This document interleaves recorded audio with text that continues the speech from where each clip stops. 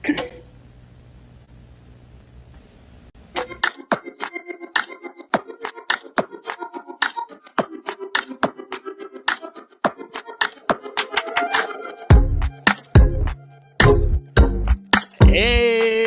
Oh, see, I did it that time. We're both here. It's not going back and forth. Music's still going.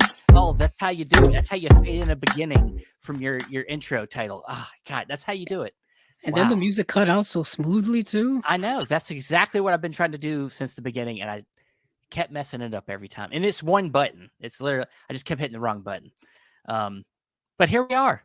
Back for another episode, another installment of the Unwatched Pile, the show where we dust off, get the dust off, get the Swiffer thingy out, whatever it is you use, dust off the Blu-rays that you've just been sitting there. You've been meaning to watch them, but you've been like, maybe have a lot going on at work, so you get home late, or maybe your wife is nagging you all the time. Hey, go take out the garbage. Every time you try to watch, you never have time for it, but finally you've found a window and you pick one off the list, and then you're like, I'm watching this. And that's what we do here. We watch one, we talk about it, and then we pair it with something that we've already seen that's in our collections that we're like, this would be a great double feature. When I get back around to this movie to watch it again, I'm going to double feature it with this one. So yeah, here we are again. Andrew, how you feeling? It's Christmassy. We got Christmas stuff on. Yeah. Yeah, I got a little festive. I figured, since our last episode was noir themed for Noirvember, I put on a fedora, and I thought at the last possible moment, hey, do I have a Santa Claus-esque hat that I could possibly don? And I did. I also put on some flannel because it's that time of year if you live in the colder area, trying to get my ensemble on a la Rock Hudson and All That Heaven Allows. Wore a lot of flannel in there. Mimic the brawny paper towel man. That lumberjacking looking guy. I almost wore some flannel. But I was like, now I'm going to go with the Tommy Wiseau Christmas shirt. Nice. Well played. Yeah. Well played. So, I always say that I'm gonna get more flannel, wear more flannel, and I finally did. So I fulfilled the dream today. All right. So I'm gonna say Tim the Toolman Taylor though instead of Brawny Man. Okay. All right. Man. Whatever you prefer, as long as it's a compliment. Yeah. It is. But we do have a special guest, as we always do here for this episode of the Unwatched Pile, episode number 8. I always forget what episode we're on. But who do we have, Steven? I'll let you do the intro.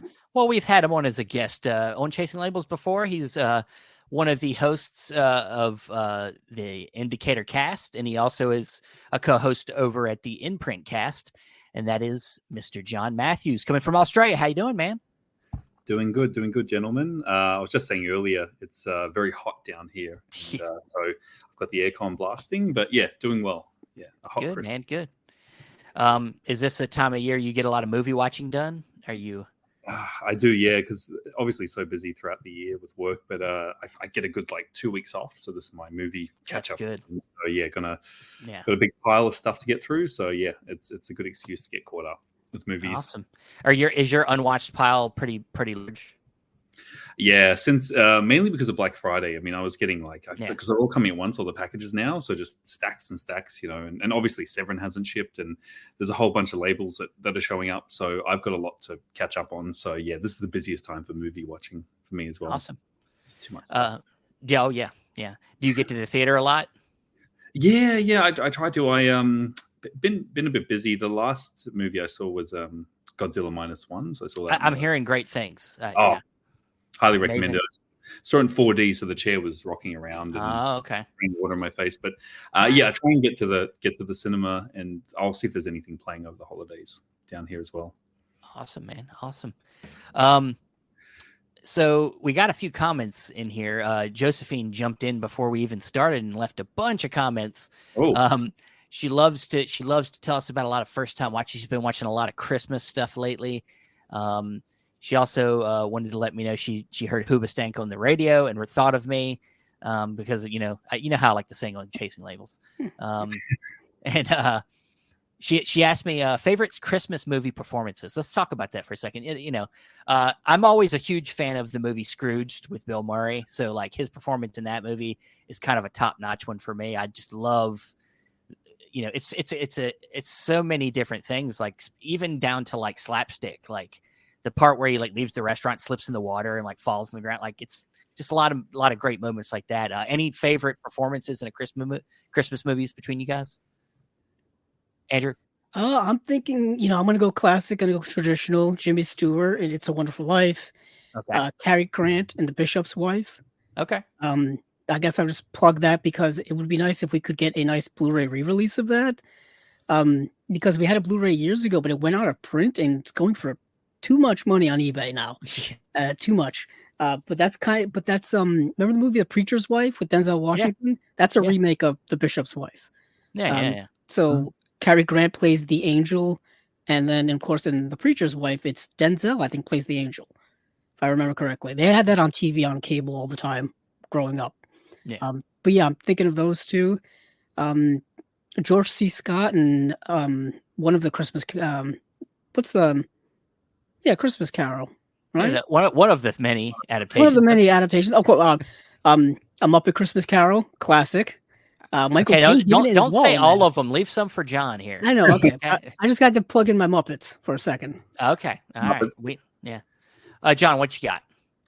I was going to say Wonderful Life. That's a classic. Yeah. I watch for the family every year. I would say more modern ones. Definitely Billy Bob Thornton and Bad Santa. That's become a bit of a classic Christmas film for me each year. I saw it when it came out, loved it. And I begin to appreciate each more just how dark the tone is, but also very, very warm-hearted the film is as well, because the sequel completely missed that. But obviously the first one had that good balance as well. I guess National Lampoon's Vacation, Christmas Vacation, Chevy Chase just going crazy. That's one of my favorites. So there's so many. Those are the ones that come to mind right now. Yeah, there's always an ongoing debate about what is a pure Christmas movie. And I hate them every year. I hate hearing about them because personally, I am on the more of a purist side. Like I have a certain stance about Christmas movies. I'm not one of them. I mean, like I know I can say that there is a thing of alternative Christmas movies that people like Die Hard. To me, that's alternative. I don't consider them really Christmas movies, but if you like that at Christmas, that's fine. It works for you. Yeah. Let's get to it. We got some more comments. Film Nuts, he said, "Hi, gents," and then he said, "Do you the horror Christmas films?" That's Tony Meaches. Oh, is it Tony? Tony, hey. Yeah. He tries to be incognito. Trying to be under the radar. I know who that is.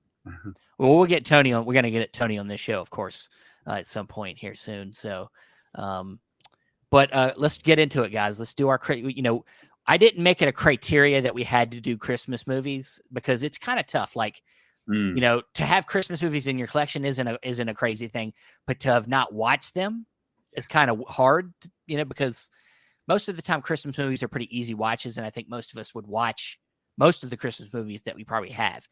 I will say, out of the three of us, I am the one that did actually have Christmas movie in his collection he hadn't watched, which was, of course, if anybody has seen my posts, you know what it is. We'll get around to me. But So, but otherwise, it's going to be like another Unwatched Pile, kind of just up in the air, random stuff. You're our guest, John. So please tell us your first time watch. Yeah, thank you. Look, there was so much sitting on the shelf.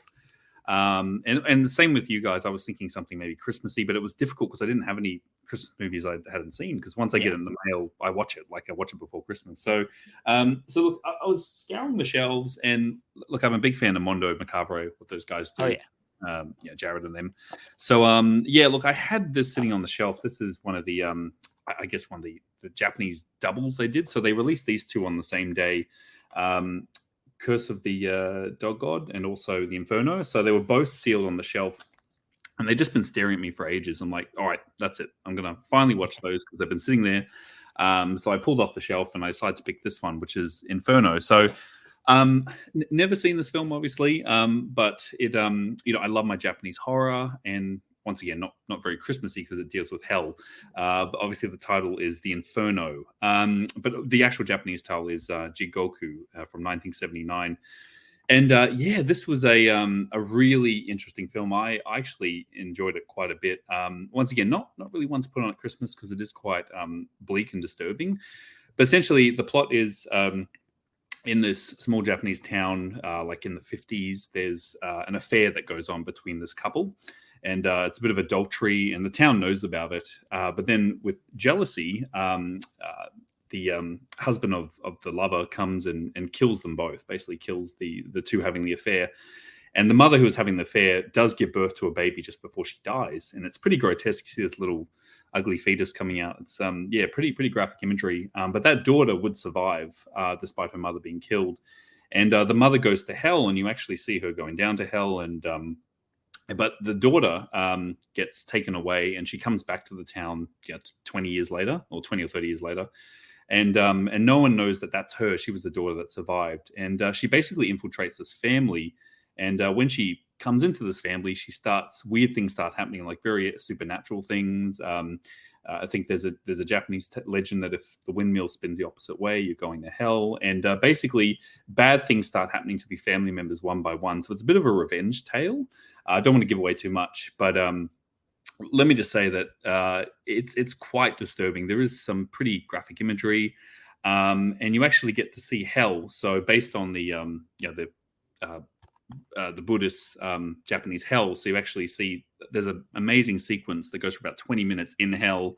We've got demons with pitchforks, people being crushed into like a grinding pot with blood pouring out, like really amazing stuff. Like visually, it's a very visual, beautiful film.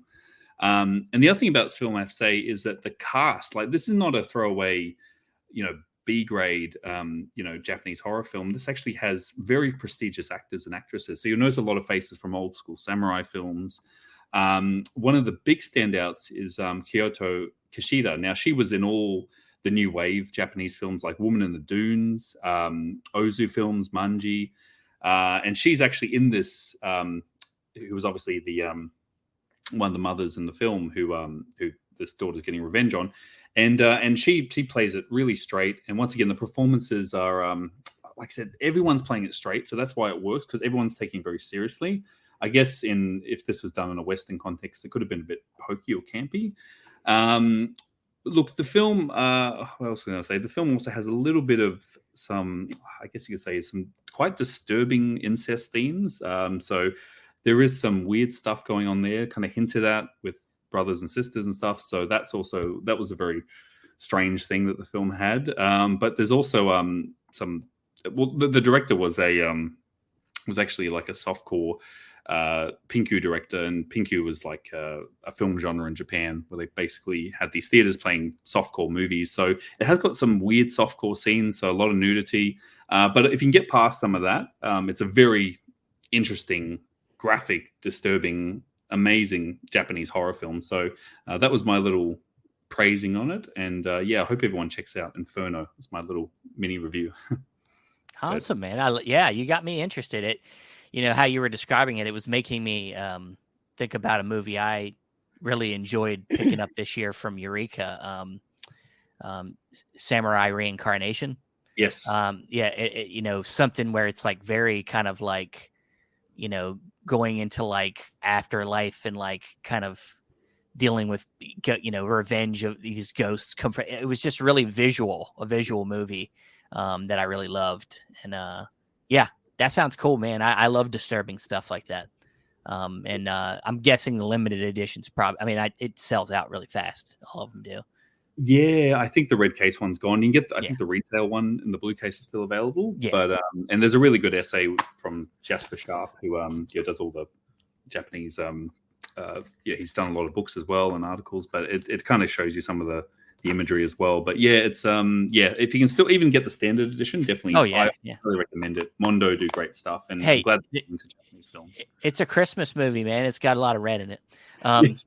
That's some people's criteria for Christmas movies. Man, red case, red blood. It's close. That's close. It's close pretty enough. close. It's pretty close. When you mentioned Jigoku, my mind immediately went to the 1960 film Jigoku. Yep. And I was like, wait a minute, they put that out on Blu-ray? And it's like, no.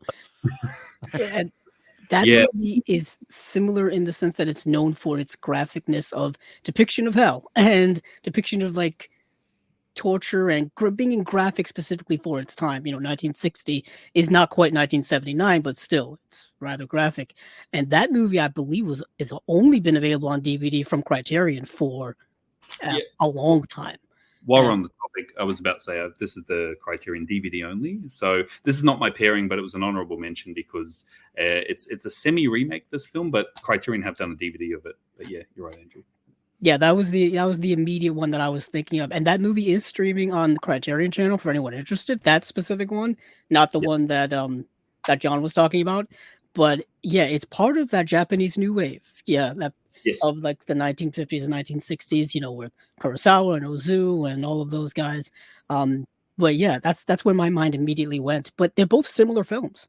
I mean, in terms of pushing the envelope and what you could do in cinema at that time. Mondo Macabre always finding some type of hidden oddball stuff. another one they put out this year that I really liked was The Fear. I think it's a Greek film, I believe. Yeah, it was great. I just picked it up on a whim and it blew me away. I thought it was an amazing movie. So yeah, they find them from around the globe, all types of genre films. So yeah, Mondo, keep doing what you're doing. Most definitely. All right, Andrew. Oh, it is my turn. It is your turn, Mr. Tim the Toolman Taylor. Nice. So my pick, obviously, if you saw the promo, if you didn't, was the movie Red Sun. The film directed by Rudolph Tolme, I believe is the pronunciation. Perhaps not. This is a film from 1970. It's put out by Radiance Films, as you can see here. And I've gotten so many Radiance releases from this year. I'm not as close to complete as I thought I was. The other day, they posted a release that they had put out like 36 individual releases this calendar year. And I was like, I don't think I have that many. Nor do I think I have room for that many, but I'm slowly but surely getting there. But this was one I picked up several months ago, and I just picked this off the pile and was like, let me give this a watch. So this is a it's a new German film. It's a film that's part of the whole new German like wave of cinema. Every culture seemingly got some type of new wave at some point in time, whether it was France in the 1960s, whether it was the British New Wave in like the 60s and 70s, and whether it was this also in kind of the 70s and 80s, really. Think of people like Werner Herzog, Wim Wenders, Rainer Werner Fassbender. Those are the type of German filmmakers of that time. This was, of course, there was Germany was split between West and East Germany. I believe this is an East German film, and this is an odd type of, I would say, nihilistic type of film. There's this guy who is this drifter, and he kind of runs into a woman working as a bartender at some bar that he kind of wanders into, and he ends up striking up a relationship with her, and they have a back and forth, and basically he doesn't have any place to stay, so he decides to stay with her, but she has a few roommates, and her and this woman and her roommates have this kind of odd pact that they have together where they don't like to stay in relationships with men for more than 5 days. They have to get out of the relationship somehow after 5 days. It's a little spoilerific if I tell you how they do it, but it's a bit sinister, I'll say that. And they keep him around for well past that time frame. And it's kind of just him slowly figuring out what's the deal here, what's going on. Why do men keep like coming and going and like disappearing? What is happening here? And the film is told in a very stripped down style. Even the acting seems very matter of fact and nihilistic. Not a lot of emotion happening in this film.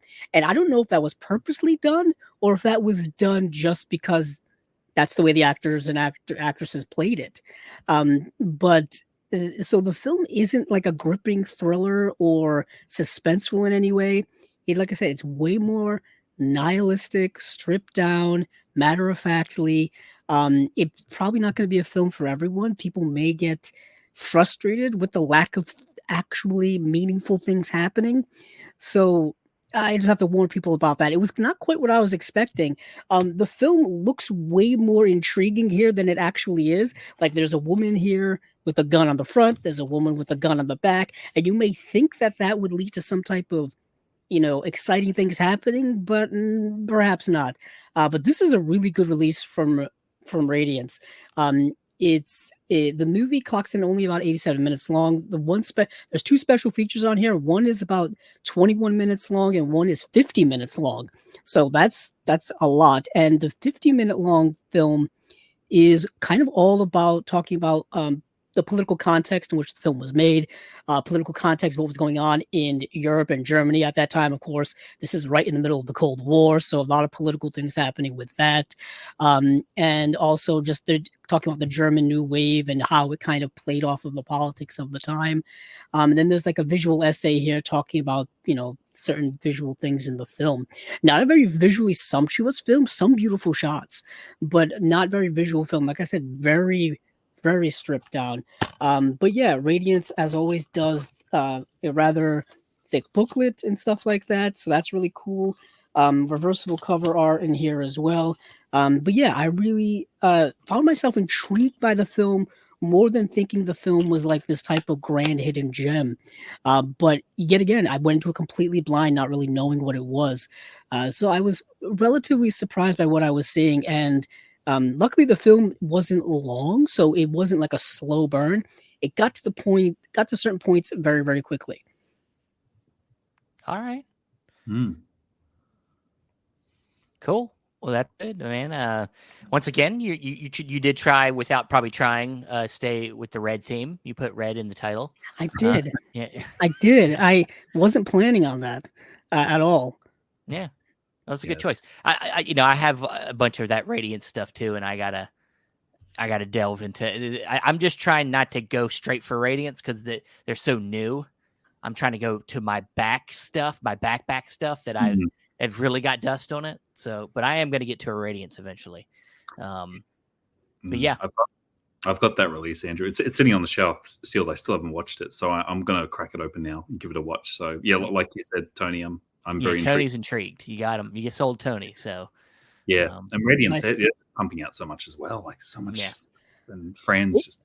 They had a very, very impressive first year, loads of consistency and like tons of hidden gems and great releases, and I was pleasantly surprised. And they've already gotten a quarter into the next year in terms of releases as well. So it's like a nonstop train right now.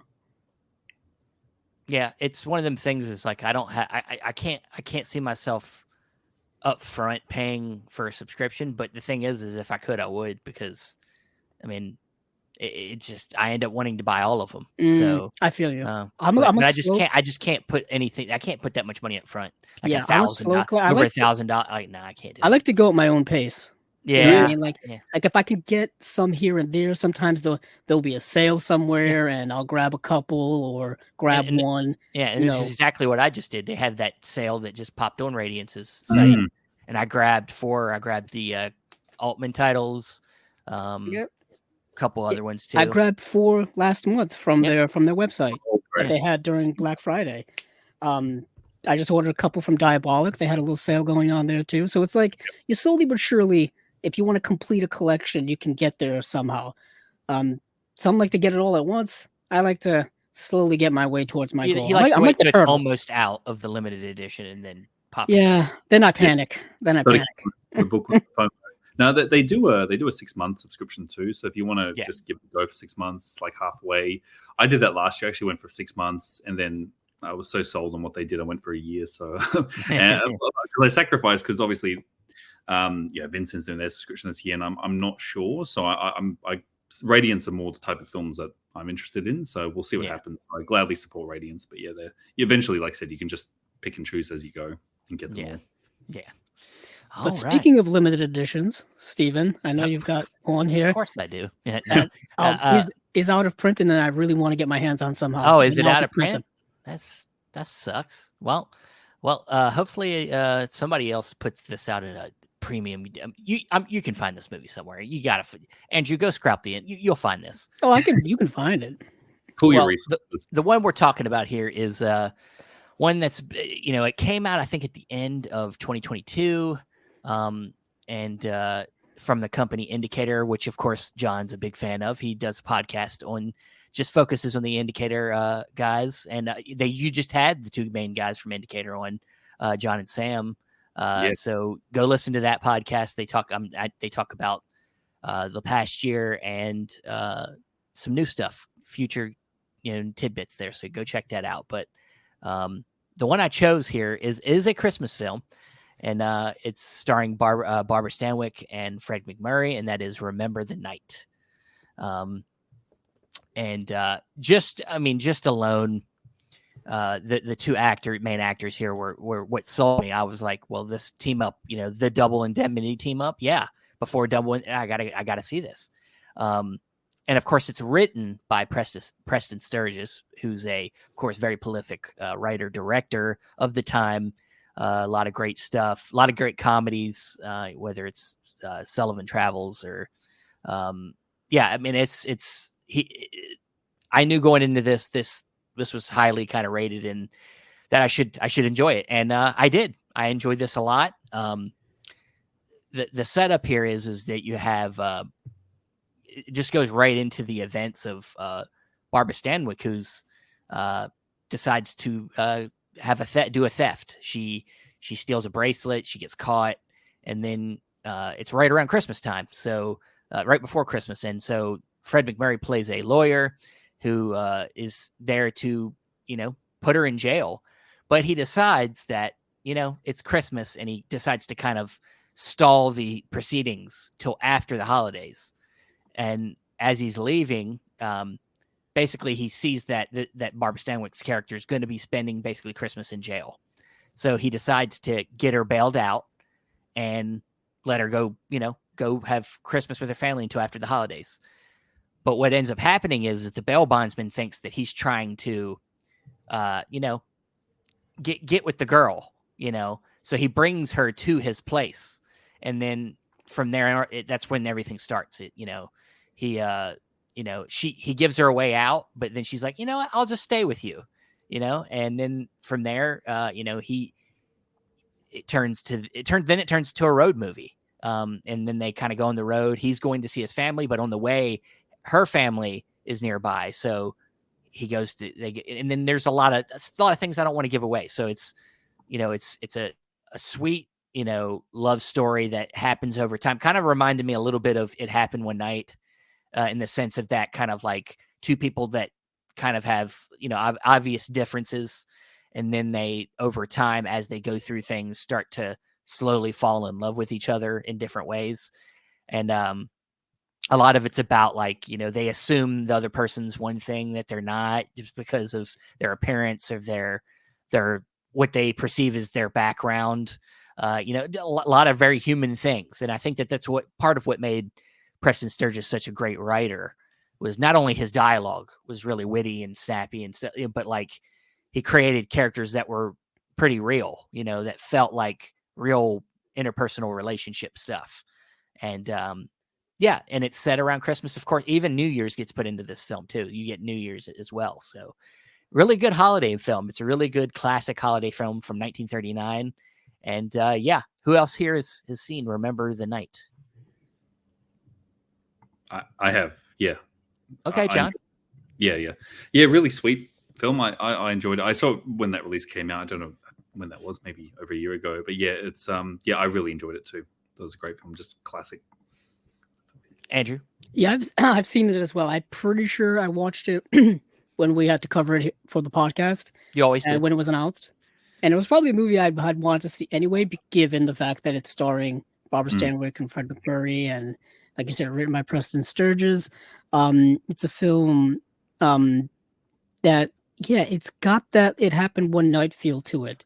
It's not quite screwball comedy no, it Happened One Night has a little bit more. It's a little more I wouldn't say wacky, but it's a little bit more cutesy. It's a little more. But this is a little bit more, has I think a little bit more drama in it. It's a little more dramatic. That's what I say. This one's a little more serious given the situation. Yeah. I mean, granted, the situation didn't happen one night is like a reporter following somebody and not telling them and stuff like that. But this one is more like someone committed a crime and it's going to prison, and it has like Exactly. that limited amount of time before perhaps their freedom's going to be There's a taken little bit away, of a clock in like the a ticking movie. clock. Yeah. And I didn't say this. The ending is amazing. Like it goes in a direction that you wouldn't think for a movie, a Hollywood movie that always wants to go for like the super happy ending.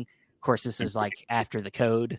So like, and that's part of what made Preston Sturges and other filmmakers of that time so great, is that they've found a way to work in like sexual innuendo and things like that without being, getting it past the code. Like they really did a good job. He did a good job of working that stuff in, and how he ends the film. It really is pretty hard hitting there at the end. So, yeah, it's a great addition. It's got, of course, alternate covers, inside here. And then it came with not only a great, thick, booklet here, but, it has a poster as well. So you get the poster, great addition, features. It is funny enough, Indicator's always known for having tons of features. It is a little limited on features. It does have some, like, it has like the radio plays and stuff like that, which is cool.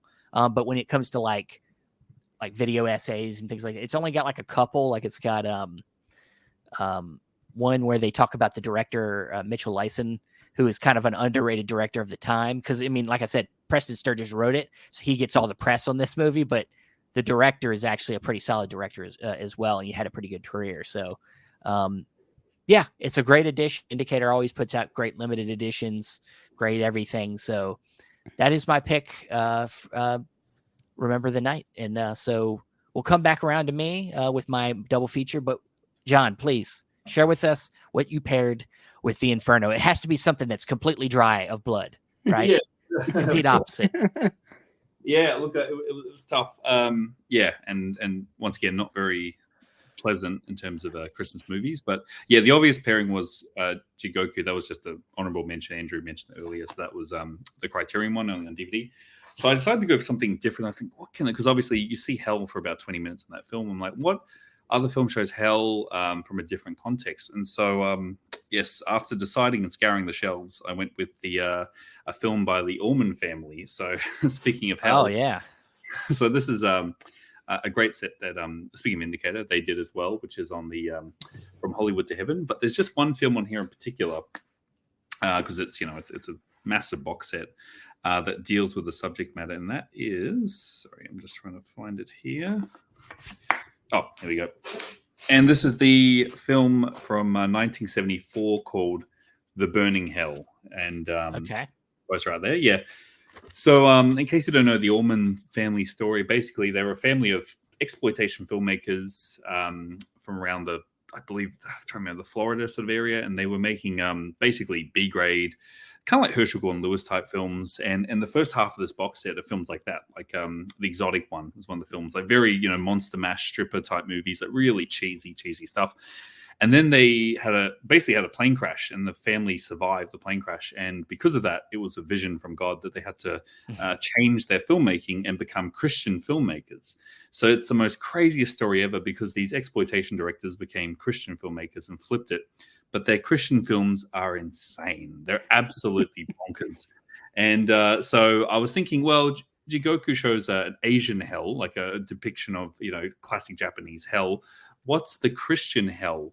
So I decided to go for this film. So basically, they teamed up with a preacher at the time, Estes W. Perkel, I believe his name was, and that's him right there on the cover.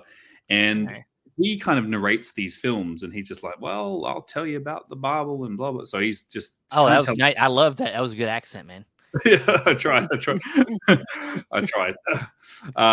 And so he's like narrating the story, just saying, let me tell you about hell and depictions of hell. And so it's in a church, and basically the son, the Allman, so the father was the director, and Tim was the son, and he actually appeared in all the films as an actor. And basically Tim's, he's getting caught up with the bad crowd, like a biker crowd, a bunch of hippies, smoking the marijuana, all this bad stuff. And then basically, then one day, he speaks to I believe like a priest. He's like, son, you should repent and all this. Like, no, I'm with my friends. I can do what I want. It's so cheesy, basically. But the bikers do get in a accident, so they're on the road and they crash. But Tim survives, and Tim actually goes in a church after the crash. And this Erdis is performing a sermon, and he sits down and he's like, boy, you're a survivor. Let me tell you, blah, blah. And so, and then it actually shows his friends going to hell. And yes, you literally see, devils with pitchforks and fires and flames and, half horse people and really strange stuff. And then wrapped around the film, you also have him giving a sermon about Moses and various stories kind of thrown in there as well. And also bad sort of people in Bible terms going to hell as well and showing them. But yeah, it's bizarre. It's really bizarre film. Like it's you've never seen anything quite like it. Sorry, it's this one here. But yeah, like literally everything you see on the poster.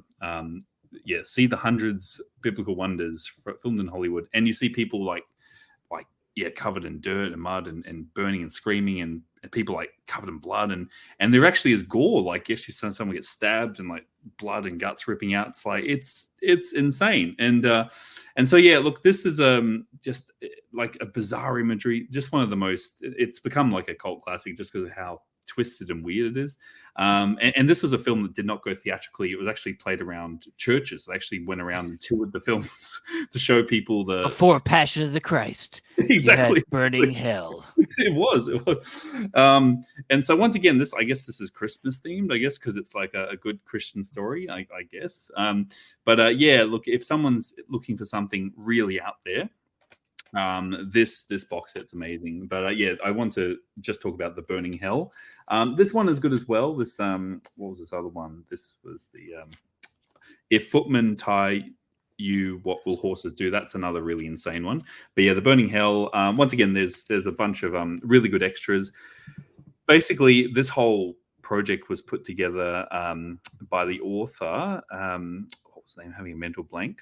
Sorry, Jimmy McDonough. He put together that massive book called Exotic One. So he did a bunch of really good extras on here, interviews, commentary. He actually got the son, Tim Mormon, to come and talk about it. So yeah, look, The Burning Hell, I highly recommend the set. And there's a whole bunch of crazy Christian films like that in there. But that's my double hell pairing today. So. Hell yeah. Hell yeah. Does he have an angelic voice of God while narrating? Is there anything like that? Tony needs to know. No, yeah, kind of. You actually do see a supposed depiction of God in this film as well, like so because it shows the sinners, like the good ones, go up to heaven, and you see a God type figure. But yeah, there is something quite like that. Yes. Okay. All right. Well, I got the set. I just haven't digged into it yet, so you have to be prepared. I'm excited now. After hearing that. The irony is that I was actually looking at indicator releases recently, and like I was just looking at that set and just remembering, oh yeah, that set did come out. I remember when it was announced, and no one knew what it was, which is something that Indicator did a lot to us. I feel in 2020, the last couple years, really. I feel like they just surprised the heck out of us, which is kind of great, really. I mean, that is kind of one of the things with boutique labels. Started with Michael J. Murphy was a pretty big one too. That was like, what the hell is this shit? Yeah, and that was like their first release of the year. And it was it'd been announced a long time ago. Yeah. Like in the summer of 2022, but there were many surprises. Even at the end of the year, they did that Todd Slaughter box. I'd never really heard of Todd Slaughter, British, so they just surprised us, and this was the biggest surprise of all. I think Nicholas Winding Refn, I think, was involved as well, because I think he's a huge fan of this Christian family of filmmakers. So yeah, I highly recommend the set if anyone hasn't picked it up. But once again, you need to be prepared. Just watch them from start to finish. So it's tough. It's tough. So, but interesting. Awesome. All right, guys. Well, Andrew, please. Yes. Tell us what you paired. Mine will not be as obscure as John's. No. Okay, let me guess. I'm gonna guess that it's gonna be Breaking Dawn, Twilight. No. Okay, damn it. No. It is not. This was actually a tough film to pair with Red Sun because I was thinking of several different things. Like, do I want to pair it with another, new German film, something like from Wim Wenders or maybe Fassbender or something like that? And then I decided to think more abstractly. I decided to go with like how do these films connect in a certain way? The one thing in Red Sun which I found rather fascinating, I think one of the kind of more interesting aspects of it is a movie that is about a group friend of women. So I was Mm. thinking, okay, what are films with groups of women together in which a man then enters this homeostasis society, if you will, and kind of sets things into a chaotic motion, sets things off kilter that leads to kind of negative things. So I was thinking of certain films like Black Narcissus, something like that. But then I decided to go with Sofia Coppola's The Beguiled. Mm. Um, and the reason being is if you don't know the premise of this film is that it's similar to that to what I was just saying, actually very, very much to that saying, but it takes a very kind of sexual lustrous turn. Um, the Black Narcissus kind of does the same thing as well. The Powell and Pressburger film, but I had Sofia Coppola on the mind because I watched her newest film last night, so that was just kind of went hand in hand with this. Her newest film, Priscilla. So I watched that last night. Apparently Tony guessed it. Oh, way to go. Nicely done. Nicely done. I actually, obviously, there was one done in the 1970s, the one with Clint Eastwood, which I I was do gonna not say, I'm own. surprised you So didn't pick that one. I couldn't pair with. I don't own it. Ah, come on, dude. So yeah. Jeez, how many movies do you have, really? Not a God, lot of really? Clint Eastwood, honestly. I got more of his directing stuff, I guess, than his actual starring stuff. Yeah. If that makes any sense. Did Clint Eastwood. Yeah, and so I went with this one because I had Sofia Coppola on the mind. I was actually thinking also of her film The Bling Ring as well. That was just why. That was just something like that as well. But with this film, for those of you who don't know, it's based off of the 1966 book or novel. It's an adaptation of that, and it takes place during the Civil War at, I believe, an all girls an all girls boarding school in the South, and they come across a wounded soldier. And in this, the wounded soldier is portrayed by Colin Farrell. The cast in this film is rather magnificent. You have Nicole Kidman, Kirsten Dunst, Elle Fanning, Colin Farrell, like I just mentioned, Una Lawrence, and Angoris Rice. I believe, or Angori Rice. I think I did a full review on this movie when it came out a few years ago. That's on this channel, probably somewhere. And I remember very much enjoying this film at the time, hence why I bought it. And what happens is they take him in and they're kind of hiding him because I believe he is a Union soldier. So obviously from, the enemy side during the American Civil War. But what happens is this presence of this man in this all women's, all girls atmosphere kind of sets things into a chaotic environment or chaotic motion. They become very lustrous after him, which understandably so. They did cast appropriately with Colin Farrell, whom very many people find very attractive. I do. I wouldn't blame you. Wouldn't blame you. So this whole world of theirs is just set asunder by him, and then things take a more, get deeply more psychotic, more obsessive, and get darker and darker until things kind of blow up in negative ways, and in which way that kind of connects with Red Sun, because that happens a bit as well. So that's why I connected it. I've always been a fan of Sofia Coppola's work. I've gotten most of her films. The only films I'm missing from her in my collection are Marie Antoinette and The Bling Ring. That's the only two films from her I'm missing. Not because I don't like them, just because I haven't gotten them yet. Yeah. I'm kind of hoping for maybe a re-release of Marie Antoinette, because the current release I think is only from like a Sony Choice Blu-ray, and those Sony Choice Blu-rays aren't aren't the best quality, and they're kind of expensive for no real reason other than having the name Sony Choice on them. But and then Bling Ring I just haven't gotten. But with her new film coming out, I thought it would be a appropriate time to kind of plug more Sofia Coppola. I brought up The Virgin Suicides so many times on the podcast. just because I think it's an extraordinary film. And of course, she's known for her second film, Lost in Translation, which I believe is getting a 4K UHD release, right, Stephen? Yeah. So that's going to get a nice upgrade. Yeah. So, but back to here, similar themes in here that are also similar themes in Red Sun. So that's the main connection I have with these two films. Awesome. Who's your? I mean, other than Francis Ford Coppola himself, who's the second best Coppola? Is it Sofia? I mean, I'm just not a trick question. It's Nicolas Cage, damn it. Yeah. So it was a trick question. Yeah, it was a trick question. I was going to say Roman Coppola, who does write some pretty good screenplays with Wes Anderson. If I had to, I mean, like, I love Nicolas Cage. Sofia Coppola, if you're talking directors, obviously. Yeah. Oh, Jason Schwartzman, I believe, is also a Coppola. Well, but he's like after the fact. He's not like a straight up he had to marry into it or something, right? So he's a nephew. He's a nephew or something. I believe he's a nephew. Yeah. He's a little further away. As Nick Cage is as well. Yeah, true. So Sophia is the second best Coppola. But we're doing this Game of Thrones style. It's from children to the nephew. It's like it's a dynasty. Yeah. You gotta go royalty. Yeah. But yeah, cool. I like that movie. I like both versions of that movie. Clint Eastwood's sweaty and they're both sweaty. Sweaty South, lusty movies. I really like the Coppola one as well.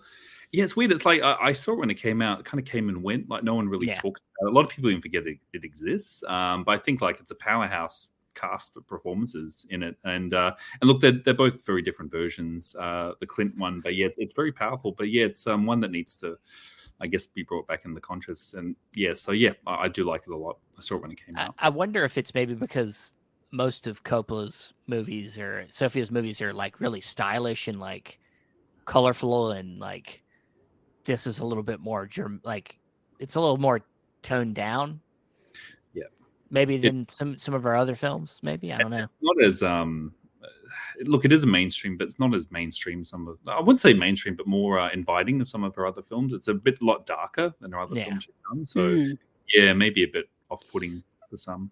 Yeah, maybe. What is interesting is that I feel like even with her newest film, Priscilla, is very much in the vein of The Beguiled, like looking at some kind of serious themes of like, control and, control, obsession, oppression, hidden emotions, buried emotions, stuff like that, which are rather serious themes that are a lot more. Well, thing is, even like something like Lost in Translation was dealing with serious themes of like kind of not depression, but like being cast aside or forgotten, because this idea of two lost souls meeting each other in the most obscure place, just at a hotel in the middle of Tokyo, I believe, where Lost in Translation is set, and dealing with those themes of finding friendship in odd places can be rather serious, like life type of theme.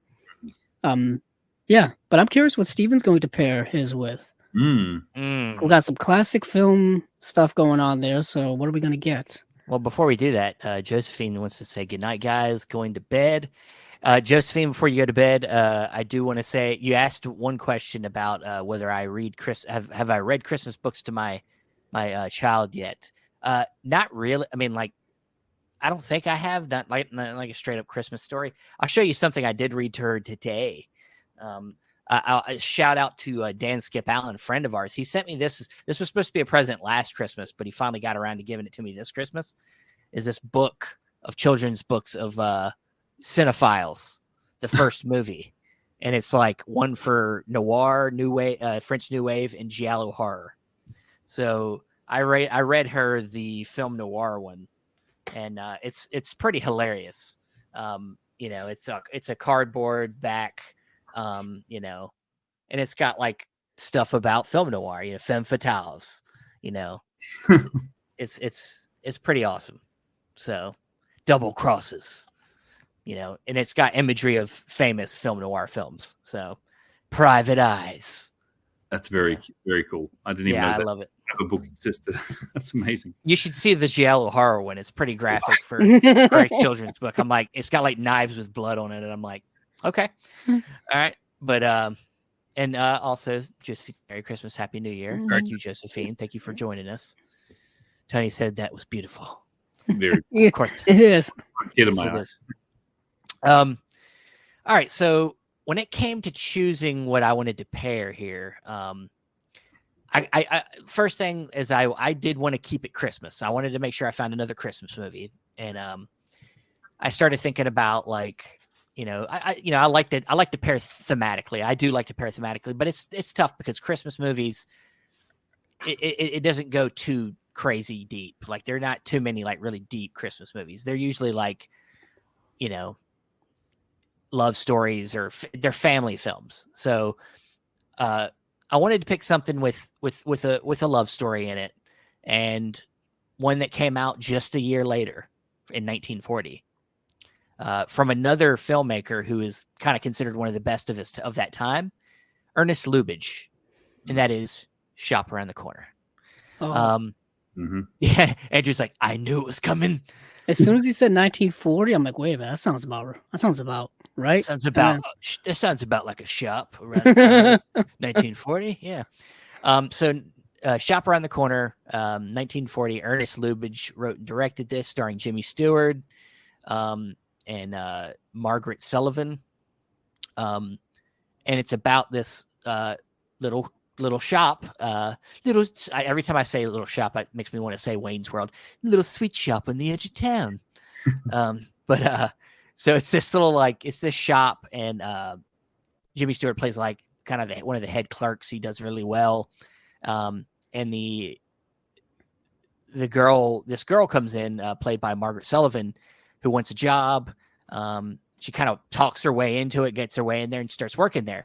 And these guys work together for a while, for like 6 months, and they kind of back and forth at each other's throats all the time. So they seem on the surface not to like each other. But Jimmy Stewart's been kind of having a pen pal with somebody that he's kind of like falling in love with through these written letters. And this isn't a spoiler. This is like the main part of the story. Should I say it? Is that spoiling the movie? I would say don't say it, but let's just say there's a connection between the two that they did not expect. Yeah, there's a connection between these two, and it starts to shape the movie. I don't know. It's hard to say. You're telling me I can't say anymore, basically. I'm handcuffed here. But it's a really really well written love story. One of the things that I really dug about, I think that I found a connection between the two main love interests, and in Remember the Night, is like I said earlier, like there's a lot of assuming, like people judge people and they assume that they're not into something, or they're not smart, or they're not this, or they're not that. And that happens a lot in this movie, that these two people really don't know each other, even though they work next to each other all the time. And they really are themselves through these letters. And yeah, it's a really wonderful movie. Really great ending as well. And it honestly, obviously I'd already seen the film. It is one of my favorite. I think this is a better movie than Remember the Night. Personally, I would probably put Remember the Night as the first feature, and then this would be the second feature, because it's just so great. Jimmy Stewart, he's really young in this film. He looks young and thin, and just and it's excuse me, it's just a sweet film. Anybody else on Shop Around the Corner? John? Yeah, it's one I haven't seen. It's been on my list. Seen it. Okay. Yeah, sorry, because I know of it, and it pops up on Warner Archive sales. It comes up every now and then. It's one I've just never had a chance to pick up. But after that glowing review, I'll be getting it next Warner sale. I see it. Yeah, it's definitely worth it. And the Warner Archive releases over the last several years, I think I've said it many times, they look stunning. Whatever work they've been doing over there in terms of restoration, in terms of picture quality on the releases, are fantastic. I mean, the one thing with the Warner Archive release, I think we've mentioned many times, Stephen, is there's not a lot when it comes to special features. Essentially, if they were released on DVD, those are the features you're going to get. They're just ported right over. But the picture quality, I think, makes up for it because some of the films are from 1940, and they look absolutely stunning, especially that black and white richness and high definition. This film is probably even also known for being the film that You Got Mail was a remake of. Well, Tony just brought that up a second ago. He's like, "Have you seen the remake? You've Got Mail?" Of course. Tom Hanks, Meg Ryan. Yeah, who didn't see that growing up? That's a movie that I perennially see people rewatch constantly. They post it on social media and stuff like that. That was a big movie when it came out. Yeah, not big. It was in the public consciousness because at the time, the term "You've Got Mail" was all over the pop culture world because of AOL, and email was kind of a new thing. And every time you logged into your AOL account, you get the audio. You've got mail. You know what I mean? It's kind of ancient now, and I'm pretty sure it's real time. I have no idea what we're talking about. None at all. Nothing. But it was a revolutionary in the 90s, telling me. This was when the internet first hit, and you got that dial-up sound. It was riveting. Just absolutely riveting. You couldn't make phone calls for all the time, and if your phone rang, you got knocked off of the internet. It was amazing. Yeah, but opening. I was so much more patient then. I think we all were. Yeah, captivated by what was happening. You could watch movie trailers on the internet was huge. Download a QuickTime file. Yeah. QuickTime files, and they had different sizes depending on the quality you want to watch it in. Tell you that Fellowship of the Ring trailer when it hit in the early 2000s set my little mind into overdrive. Just exploded. But yeah, the concept of You've Got Mail, just fascinating how that's where we started with all of this, and now here we are, video chatting with someone halfway across the world. It's just it's amazing. The cable guy was right. Jim Carrey.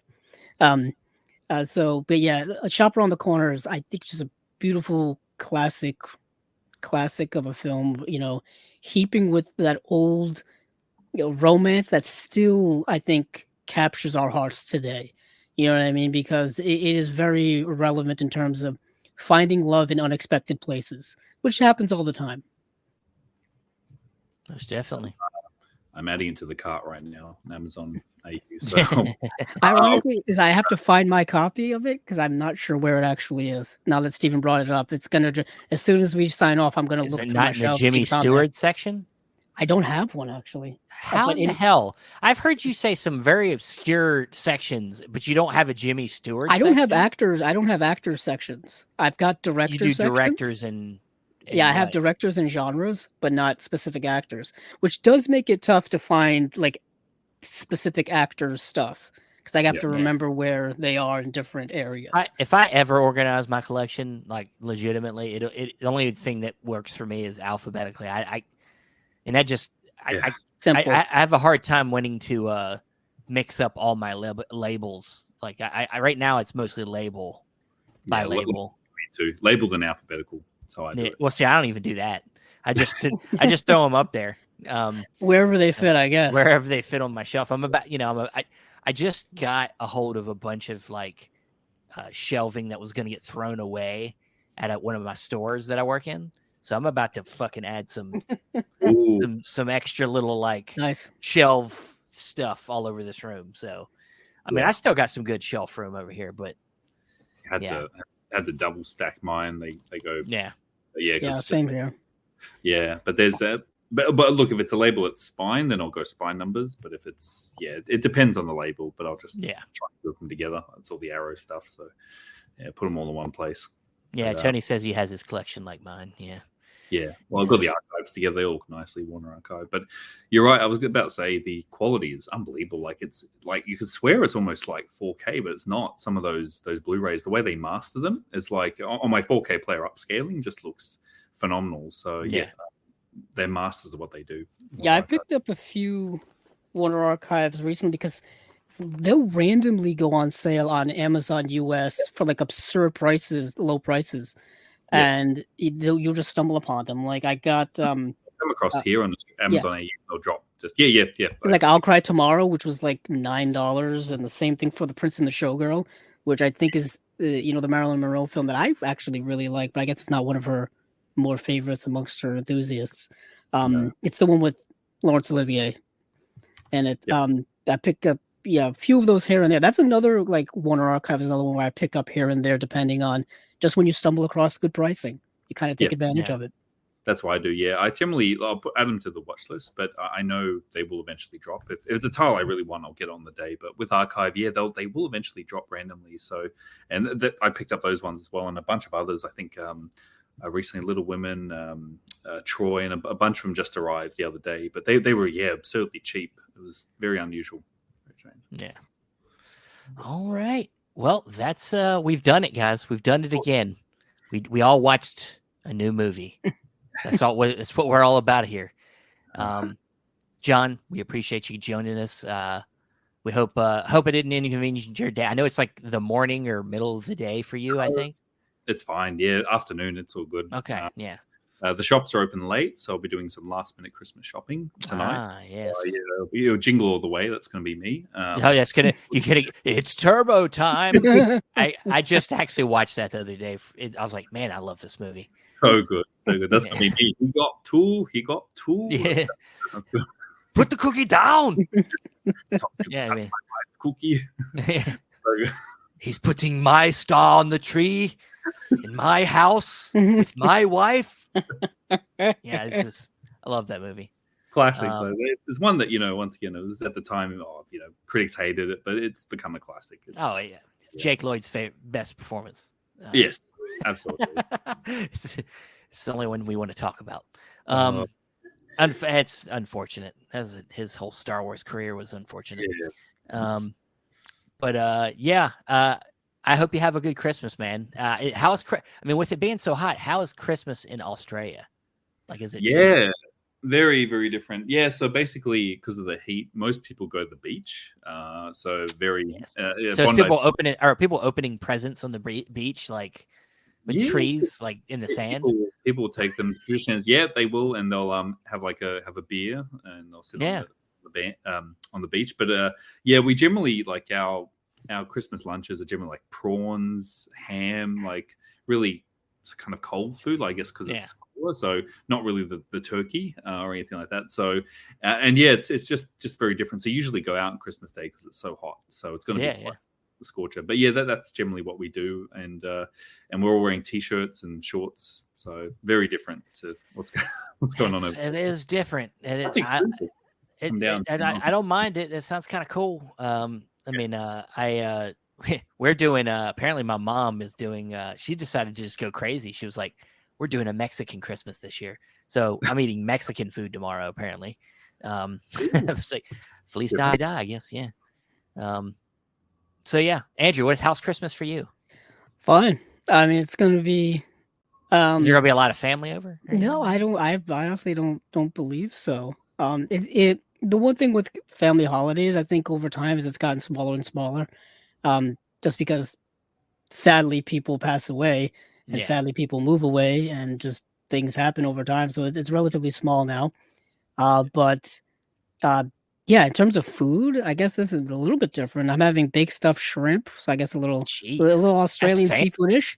Aussie style. Yeah, I have it. I have it for Easter and I have it for Thanksgiving as well. So I do like a good baked stuffed shrimp. Being on the East Coast and being from the ocean state, seafood is a big thing here. Who would have guessed? Yeah. Also, stuffed shells as well, like pasta shells stuffed with like spinach and ricotta cheese. So a little Italian style. It's a very fusion type of menu here. And I think also some prime rib steak as well. So it's going all over the place in terms of the menu. We're all over the place. But yeah, it should be relatively low key. This time of year, I was saying earlier, is such a blur of a time of year. I don't know if anyone else can kind of feel that. I don't know if it has to do with having memories of being in school as a kid and having like the last 12 days of the year off, and it's just like a magical time. I just feel like it's such a blur. Like the end of the year, no one wants to be productive. No one wants to do anything. It's just get to that Christmas date and then coast to the new year. That seems to be what people tend to vibe like. But it just hits me a little bit earlier, I guess. Well, yeah, same. Like I was working up until yesterday. Like there wasn't much of a break leading up to it, and that's why I left everything last minute. But yeah, previous years, it felt when we were younger like it was. You'd be counting down the calendar, and now it's like, oh, it's already Christmas. Well, what happened? Like where'd the month go? So well, it's crazy. Christmas is literally the only day my job lets me have off. So there you go. I guess I'm looking forward to it, but at this point, I just like might as well work. I don't know. Is it worth it? I don't know. If the stores are closed, I can't do nothing about it. So the other different thing about Australia is culturally we have like a holiday shutdown, so every business is off for like a week or two, like completely shut down. Yeah, like most. I mean, obviously retailers and stuff are open, but in terms of like most offices, like they're closed, which is quite a shock because I worked in the US for a bit, and it was just there's no such thing. It's like when I went. No, we don't stop. Like, I was telling my US colleagues like, what? No. It's like, so here it's like, mate, just go to the beach, have a beer, sit back. It's very different. Yeah. I know what a lot of other countries, man, they understand. They're like, you need to have vacations so you don't, decide to off yourself because you hate your job so much. So yeah, we need to take some of that lesson, but we won't. Get a transfer down here. Bring your family. Dude, I wish I could, man. Sometimes I wish. But guys, I want to tell everybody here and everybody listening or going to listen in the future, have a Merry Christmas. John, please tell everybody where they can find you. Yeah, so you can find me on Letterboxd. It's under just my name, John Mathews, with 1 T, so you'll find me quite easily. Obviously I'm on Indicator Cast. We're getting that show back off the ground. Some of our co-hosts were a bit busy with life and schedules, so we got next year we're going to get it back on track. And obviously you can find me on Imprint Cast as well with Tony, who's here as well, Tony Meaches. Just search Imprint Cast, and you'll find me on the Indicator Facebook group and Imprint group as well. So I'm around, or on social media. Just send me a request. I'm around. I like to talk movies. Awesome. Thank you, Dan. And Dan, yes, he said we did great work tonight. Good job, guys. All right. Well, we know where you can find me and Andrew. Andrew and I are on Chasing Labels weekly. We will be going to a bi-weekly show here soon, so nobody get mad at it. Don't get mad. We're going to change the format up a little bit on Chasing Labels. If you want to get mad at anybody, get mad at Steven. He'll take all your complaints. Anytime that something changes, it's because of me. But we will be back for Chasing Labels. I believe it'll be January 8th or 9th. You'll see the first episode. And that's going to be our favorites of 2023 episode. And we're going to do it Shelf Shock Rewind style. I don't know if I told you that, Andrew. Oh, yeah, I did told you that. I told you that last night. Yeah.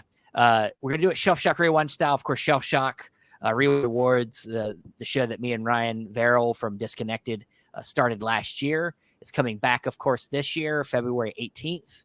And we're going to do our favorites of the year with the categories that are at Shelf Shock. So we're going to run down, probably not go super in depth, but we're going to run down all the categories, kind of say what we would, me and Andrew are part of the CSC that helped come up with the nominees. So we will kind of give you a little bit of a sneak peek of where our minds were when we put in our nominee votes. So that'll be on that. And then after that, I think we're going to do every other week with Chasing Labels. So, but of course, Unwatched Pile will be back again next month with another guest. And all right, well, that's it. Thanks everybody for joining us. And what are you doing here? Go get your movies. Get out of here. See you guys.